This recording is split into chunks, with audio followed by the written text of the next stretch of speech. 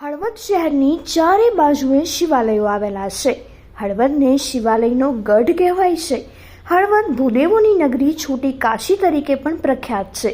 ત્યારે મહાશિવરાત્રિ દેવોના દેવ મહાદેવ ભોળાનાથની પૂજન અને અર્ચન માટેનો મહત્વનો દિવસ માનવામાં આવે છે. મહાશિવરાત્રિના પાવન પર્વ નિમિત્તે વહેલી સવારથી હળવદ શહેર અને પંથકના શિવાલયોમાં ભક્તોનું માનવ મહેરામણ ઉમટી પડ્યું હતું. મહાશિવરાત્રિને લઈને શિવ ભક્તોમાં અનેરોજ ઉત્સાહ જોવા મળ્યો હતો અને શિવાલયો હર હર મહાદેવના નાદથી ગુંજી ઉઠ્યા હતા. શિવાલયોમાં શિવરાત્રિ મહોત્સવ નિમિત્તે સ્વર્ગની અનુભૂતિ કરાવતું હળવદનું શ્રી શરણેશ્વર મહાદેવ મંદિરમાં હોમાત્મક લઘુદ્ર ધ્વજારોહણ, મહાપ્રસાદ, મહાઆરતી, મહાપ્રસાદ, ભજન ભક્તિ અને ભોજનનો ત્રિવેણી સંગમ કાર્યક્રમ યોજાયો હતો. શહેરમાં ભક્તો દ્વારા મહાદેવની પાલખી યાત્રા વાજતે ગાજતે ડીજેના તાલે હર હર મહાદેવના નાદ સાથે શહેરના રાજમાર્ગો પર નીકળી હતી. ભક્તો દ્વારા વહેલી સવારથી શિવાલયોમાં મહાદેવની પૂજા અર્ચન, અભિષેક અને શિવ ઉપાસના કરવા ભક્તોનું ઘોડાપૂર ઉમટી પડ્યું હતું.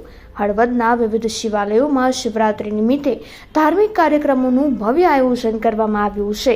હળવદનું વૈજનાથ મહાદેવ મંદિર, સ્વર્ગની અનુભૂતિ કરાવતું શ્રી શરણેશ્વર મહાદેવ મંદિર, ઐતિહાસિક પૌરાણિક ગૌલકેશ્વર મહાદેવ, ભીડભંજન મહાદેવ મંદિર, નીલકંઠ મહાદેવ, ભવાની ભૂતેશ્વર મહાદેવ, પંચમુખી મહાદેવ, જાગનાથ મહાદેવ, હાટકેશ્વર મહાદેવ, જડેશ્વર મહાદેવ, કાશી વિશ્વનાથ મહાદેવ, પંચમુખી મહાદેવ, જાગનાથ મહાદેવ વગેરે મંદિરોમાં વિવિધ ધાર્મિક કાર્યક્રમો યોજાયા હતા અને સમગ્ર શહેર શિવમય બની ગયું હતું.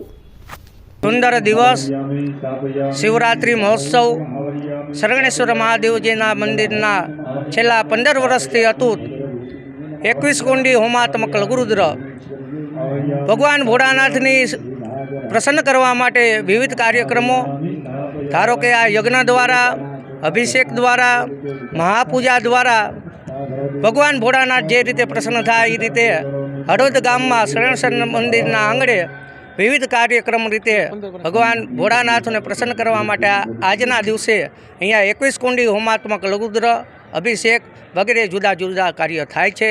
ભગવાન ભોળાનાથને પ્રસન્ન કરવા માટે આ યજ્ઞ કરવામાં આવે છે.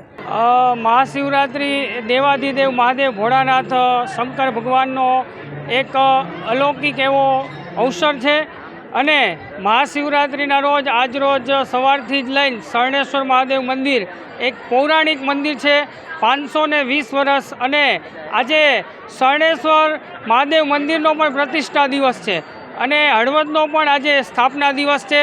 તો આજના દિવસે દેવાધિદેવ મહાદેવના શરણમાં સવારથી લઈ અને ભક્તોની ભારે ભીડ છે અને હોમાત્મક લઘુરુદ્ર યજ્ઞ 21 કુંડી યજ્ઞનું આજે આયોજન છે અને મહાપૂજાનું પણ 3 સેક્શનની અંદર આયોજન છે. ભાંગ પ્રસાદનું વિતરણ ચાલુ છે.